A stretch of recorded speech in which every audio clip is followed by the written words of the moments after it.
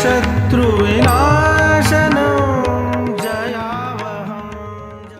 are a lot of people who go to astronomers and astrologers and the Indian system of astrologers called the Nadi Jyotish. Now I want to make something clear from my side of it. Let us start with the Nadi Jyotish first. I know those people, they come to my ashram. The Nadi Jyotish is said by very, very great rishis and masters and sages of the fire mist. They cannot be wrong, but people who read them are more often than not always wrong. The reason for this is they do not have the capacity to withhold the voltage and the message of the sages of the fire mist. And therefore I told the Nadi Jyotish people, I called them once, I said, look, you're telling someone that you're the son of Jesus, you're the son of Christ, you're the Guru's father, you're the Guru's brother. I said, you should hold your tongue. This is not your prerogative to say it. Although because in Tamil, one sentence can be translated in 3 different ways. In the Tamil language, they will say, oh, I'm your brother. Brother could be of the same brotherhood. Means you're a Hamsa Kriya Yogi, I'm a Kriya Yogi. It does not mean blood brother. So these mistakes are bound to occur, and this, I said, in an immature crowd, which is a sincere crowd, a generous crowd, good crowd of America, but spiritually immature. Real in the highest sense, to contact the Nadi and to be in touch with sages like Vishwamitra and Agastya and Bhrigu and all these people. So all people go to the Nadi Jyotish and they get their Nadis read. The readers of the Nadi Jyotish sometimes are normal fellows. They go out for a casual booze, they get drunk and come back. They're simple Tamil boys. Some fellows do their puja, they are good people, but they do puja. I said, you cannot read the Nadi Jyotish with doing puja, you have to do Kriya Yoga and meditate. They try to do that, they're coming on the path. I said, till you do that, your readings will be 60% right and 40% wrong. If you want cent percent readings, which is 75 to 80% right, that is cent percent, 80% right and 20% wrong, you must do Kriya Yoga. So a lot of misunderstanding has accrued from the reading of astrology, astronomy, and all these various things. Even I have been there, and people have also told me, but I never step out on it and never say I'm this or that. And least of all, I never write it in my book that I was told that I was Shivaji. I was told that I was connected to Moses. I was told that I was connected to so-and-so, that I was him. Maybe I was and I know, but this would create a misunderstanding in the minds of the people, because then they would want you to part the Red Sea every time you sit.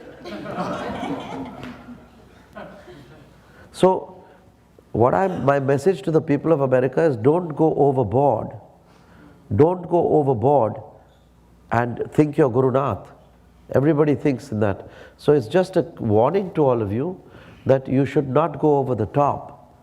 Because many ladies I've met, they say, I'm Durga, I was riding on a tiger and I was flying in the air. The other one says, I'm Cleopatra.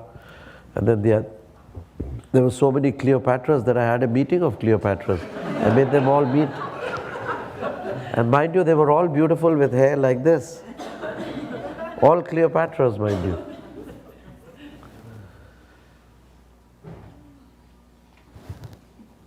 Like they were today in the restrooms, in the bathrooms where you have a bath.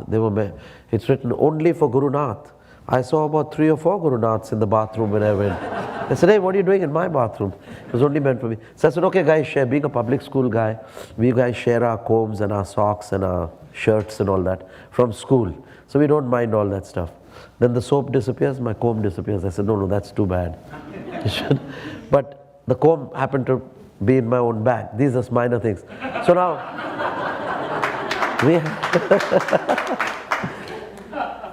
why I'm speaking about this is that it could be a very sensitive subject, that when you look at a chart or you say something, whether it's astrology or whether it's Nadi, we must be very careful about connecting relationships. This could create a misunderstanding, this could lead to disgrace of somebody else. If it's put in a particular book, it could create a chain of misunderstandings. Therefore, when the translator of the reading should be generic in his reading and not particularly say that you were Jesus, this was Judas. So you make another fellow Judas, or you are so-and-so, you were connected to this chap's wife in a past life and this chap was connected. This is nonsense. It cannot be read in a chart because that is due to psychicism which happens, and psychicism is not always correct because it is grounded in relativity. This is another thing which we have to take up, that many people feel that they were El Cid or they were Davy Crockett or they were so-and-so. Psychicism, I'll tell you what it is. Psychicism is a mixed feeling of intuition and desire. Your desires can warp your psychicism. Because everybody wants to be Christ. Everybody wants to be Virgin Mary, don't you? And what's wrong in it? But the wrong thing in it is not your desire. But the wrong thing in it is that you're feeding your ego to be what you are not. You're feeding your ego to be what you're not. And therefore, as a guru and a Sadguru, it's my duty to guide you onto the proper path. Because when you go into clairvoyance, which is different from psychicism, psychicism is when you are in your emotional body, you have desires, and flashes of intuition come, but they get refracted in the waters of your emotion. It hits here, but it appears here. Have you seen the stick? Refraction? You all did refraction in school? Okay, here's intuition, it hits here. But in the water it's here. Do you understand? So we interpret this for this. This is what happens with psychicism. Sometimes you hit the spot when you connect with the higher intuition. But if you mix it up with your emotions, more often than not, psychicism leads to malinformation. The information which appears to be what it is not. And therefore, you should be very careful of psychicism. There are many psychics, they read the crystal ball, they read this, that and the other. So you cannot, in your readings, pair somebody off as somebody's wife and somebody as someone's husband. This is a wrong reading, and this, I must warn all the astrologers and astronomers and Nadi readers not to do this, because more often, firstly, than not, they are wrong. Secondly, it leads to a lot of misunderstanding and disgrace. Maybe praise for another, but disgrace for another. If somebody pairs an ordinary guy like you with the Virgin Mary, it will be a great praise for you because your Virgin Mary was your girlfriend in a past life, but it's a disgrace for her because she was a virgin. And so, I mean, what the hell is going on here? And who are you to decide? Who are you to say that you have such a power and authority? So this is creeping in to the system where people have a grandiose, feeling that they should be something. You are special. You are Kriya Yogis, you are for what you are. But you should never, even if it's 100% confirmed. Because you have to see that one reading is holographic, it affects many different people in many different ways. And it has to be corrected. I'm surprised why they don't come to me and check it up. None of my disciples have come and checked it up because they were scared that Gurunath will burst my bubble.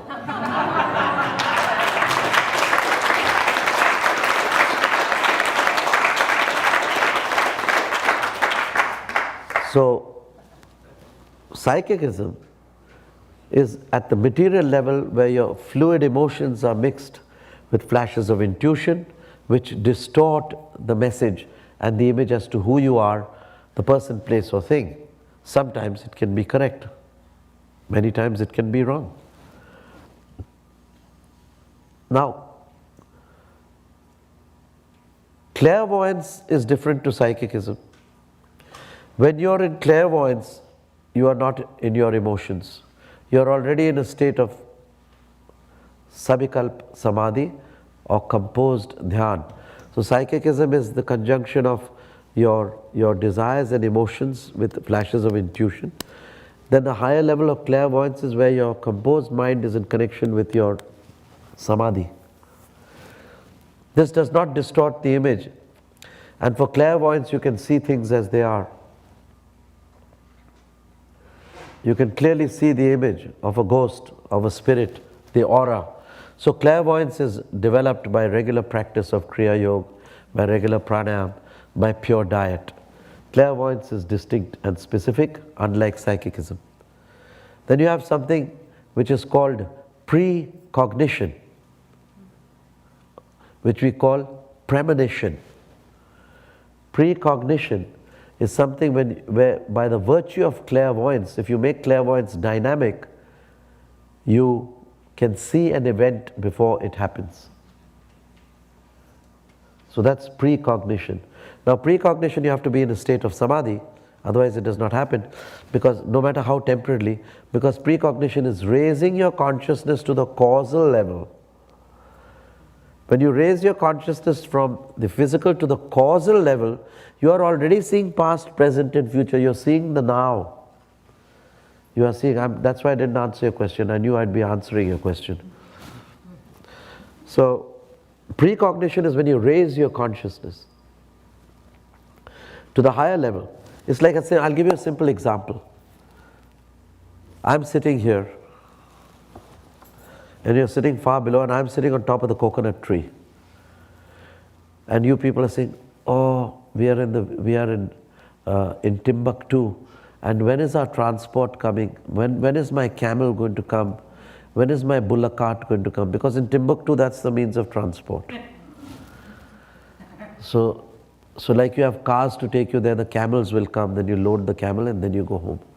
Or a bullock cart with 2 oxen, you'll drive. So I can see the bullock cart 1 mile away coming, raising dust. You're sitting on the floor, you cannot see it, your vision is not there. That is, I've raised my consciousness to that height where I can see further. This is an example I'm giving you. Of course, precognition is an important thing. And because I can see it further at the causal level, you cannot raise yourself at the causal level. To raise yourself at the causal level is a steady state of nirvikalpa samadhi, sabikalpa samadhi, not nirvikalpa, sabikalpa samadhi. So precognition is rare also. It is not an impossible thing.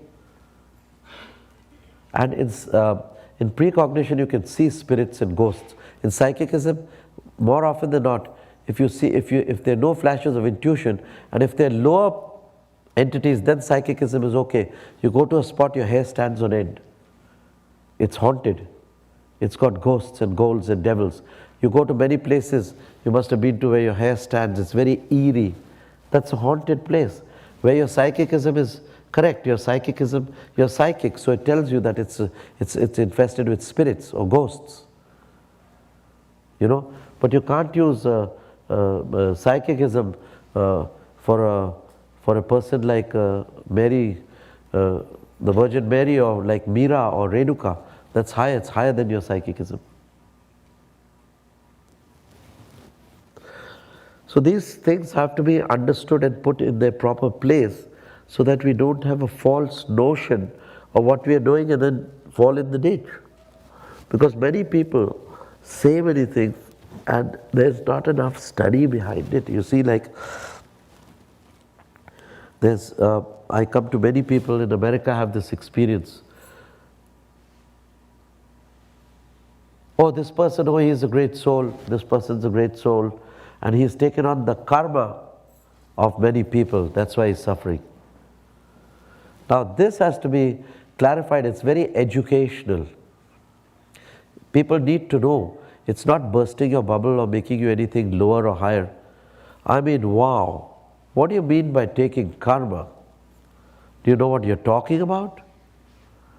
That means you have completely finished your own karma, and out of compassion have been sent by the higher forces to go down in compassion and take the karma of other people, that means you're no less than an avatar. And you're no less than Nirvikalp Samadhi.